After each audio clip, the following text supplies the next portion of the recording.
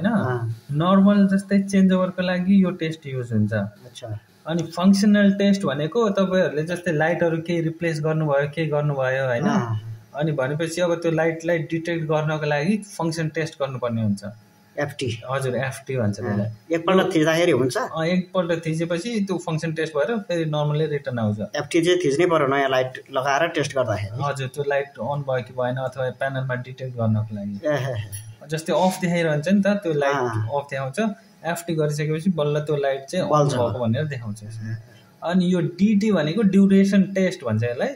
यही हो battery test गर्ने अच्छा डीटी भनेको ड्युरेसन टेस्ट हजुर डीटी मा प्रेस गर्नुभयो भने यो 3 घण्टासम्म चल्छ 3 घण्टापछि आफै पावर ब्याक हुन्छ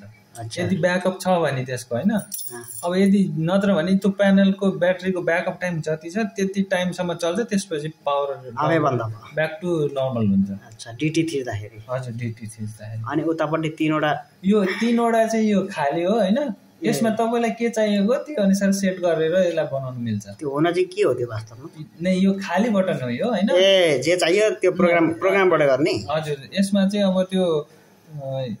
यसरी हैन सेटअप सबै बेसिक सेटअपमा जाने अनि त्यसपछि फंक्सन कीमा जाने function key number 1 no function भनेर देखाइरहेछ केही नो फंक्सन छैन त्यसमा फंक्सन छैन function 2 no function function 3 no function अब तपाईलाई फंक्सन 1 मा के फंक्सन राख्न मन लागेछ स्विच ब्लक डिभाइस त्यहाँबाट मिलाउन सकियो अनि त्यसपछि ISO failure reset manual reset dip discharge FT without फोरराउन्ड so some failure mains of जे हाल्न मिल्यो त्यहाँ बनाउँदा तपाईलाई चाहिएको त्यो अनुसारले राख्न मिल्छ अच्छा ओके अब मलाई एउटा कुरा भन्नु जस्तो मैले बाहिर गएर कुनै एउटा एक्जिट लाइटमा मोडुल चेन्ज गर्ने हजुर है त्यो लाइट अब मोडुल चेन्ज गर्ने बित्तिकै बलेन हजुर अब मैले ठ्याक्कै आएर यहाँ कुन थिच्नु पर्यो एफटी नै नर्मल्ली चाहिँ त्यसमा पावर चाहिँ गइरहेको हुन्छ हैन पावर चाहिँ गइरहेको हुन्छ ओन्ली प्यानलमा चाहिँ फंक्सन भन्नाले अब त्यसमा लाइट अफ भनेर देखायो भने चाहिँ त्यसरी एफटी गर्नुपर्ने हुन्छ आयो अनि एफटी थिचो एकपल्ट हजुर एकपल्ट थिचेपछि थिचेपछि हुन्छ 1 मिनेट 2 मिनेट जति लाग्छ त्यो प्रोग्राममा आउँछ हैन हजुर त्यसलाई यहाँ अनलाइन देख्न सकियो हजुर जस्तो अहिले हामीले त्यहाँ त्यसपछि फेरि कस्तो हुन्छ भन्दा यो एसक्यू मोड्युलमा एउटा सर्किटमा चाहिँ 20 वटा लाइटसम्म कनेक्ट गर्न मिल्छ अच्छा 20 वटा भन्दा बढी गाह्रो छ एउटामा 20 यस्तो हुन्छ हैन त्यो हेर्नलाई चाहिँ तपाईले यो सर्भिस बटन प्रेस गर्नु अनि त्यसपछि 1 2 3 4 चारवटा देखायो हैन फेरि 5 चोटी थिच्नु भयो भने यसमा यो सर्किट 1 को लाइटहरु कतिवटा छ देखाउँछ यसमा अनि त्यसपछि यो कालो कालो देखाएको छ नि कालो कालो देखाएको भनेको त्यो इमर्जेन्सी लाइट हो अच्छा जस्तै यसमा गएर मुनिपट्टि प्रेस गर्नुभयो भने यो चाहिँ एक्जिट लाइट हो यो चाहिँ इमर्जेन्सी लाइट फेरि दुई किसिमको हुन्छ एउटा हुन्छ मेन्टेन अर्को हुन्छ नन मेन्टेन मेन्टेन भनेको अलवेज अन सधैँ अन हुने हैन नन मेन्टेन भनेको नर्मल्ली अफ हुन्छ इमर्जेन्सी लाइट हैन तपाईहरुको त्यो कोरिडोरमा अनि पावर फेलियर टाइममा अन हुन्छ त्यसलाई भन्छ नन मेन्टेन लाइट अनि त्यसपछि एक्जिट लाइट अनि कुनै कुनै ठाउँमा स्टेयरकेस लाइटहरु चाहिँ मेन्टेन हुन्छ सधैँ अन हुन्छ अब यो व्हाइट बक्स भनेको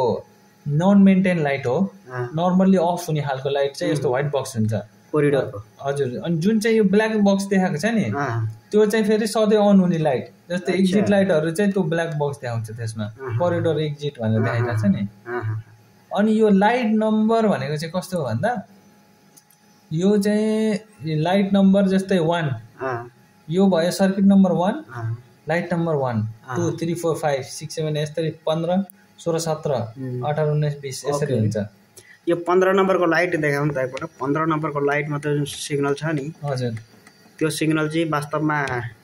यो यस्तो क्र्याक भएको यो भनेको जस्तै यो black box plus white box छ नि यो दुईटै मध्येमा लाइटले काम गरेको छैन भने त्यो यस्तो क्र्याक देखाउँछ त्यसमा चाहिँ प्रब्लम छ हजुर त्यो लाइट चाहिँ काम गरेको छैन भनेर देखाउँछ काम गरि छैन भनेर देखाउनुको मतलब कि त लाइट अन होला अब त्यसमा एड्रेस सही सेट नगरेर चाहिँ यस्तो देखाएको कि त त्यो मोडुल निकालेर यस्तो देखाएको ट्रबलिङ देखाएको हो हजुर तर लाइट चाहिँ अन हुन्छ लाइट चाहिँ अन हुन्छ तर ट्रबल चाहिँ देखायो हजुर भित्री पार्ट चाहिँ त्यसमा प्रब्लम छ। हजुर, अब त्यसको त्यो एड्रेस सेट गर्नु पर्यो कि त त्यो मोडुल खराब छ नि मोडुल चेन्ज। जस्तो अघि तपाईँले ब्रेकर त्यहाँ अफ नगरिकन हजुर यहाँबाट हुन्छ भन्नुभयो नि, त्यो चाहिँ कसरी गर्नुभयो? यो चाहिँ यस्तो गर्ने, नर्मली प्यानल यो कन्डिसनमा हुन्छ, आउनु यस्तै टक्क डिटी प्रेस गर्नु। डिटी प्रेस गर्यो भने भइहाल्छ? भइहाल्छ। यो जस्तै डिटी प्रेस गर्नु भयो भने यो के अरे ब्याट्री मोडमा जान्छ। अनि यस यहाँनिर टाइम देखाउँछ, टिटीमा जान हल्का टाइम लाग्छ, अनि त्यहाँ गइसकेपछि कति मिनट भयो भनेर यहाँ टाइम देखाउँछ। हजुर, त्यहाँबाट अनि टाइम मतलब यही मात्रै थिच्नु पर्यो है? हजुर, यही मात्र थिच्नु हुन्छ। अनि फेरि त्यही थिच्नु भयो भने बन्द हुन्छ, नत्र थिचेर छोडिदिनु भयो भने केही प्रब्लम भएन, पछि चाहिँ अटोमेटिकली रिटर्न आउँछ। आफै रिसेट हुन्छ? हजुर, आफै हुन्छ। अब ब्रेकर बन्द गर्नुभयो भने भुल्यो भने गयो। अब यो चाहिँ प्रेस गरेर जानुभयो भने नि समस्या यो चाहिँ सिस्टममा आयो। हजुर, अच्छा अच्छा, ल ठिक छ। यति गरेर राखेको चाहिँ बिर्सिँदैन नि त हामीले होइन?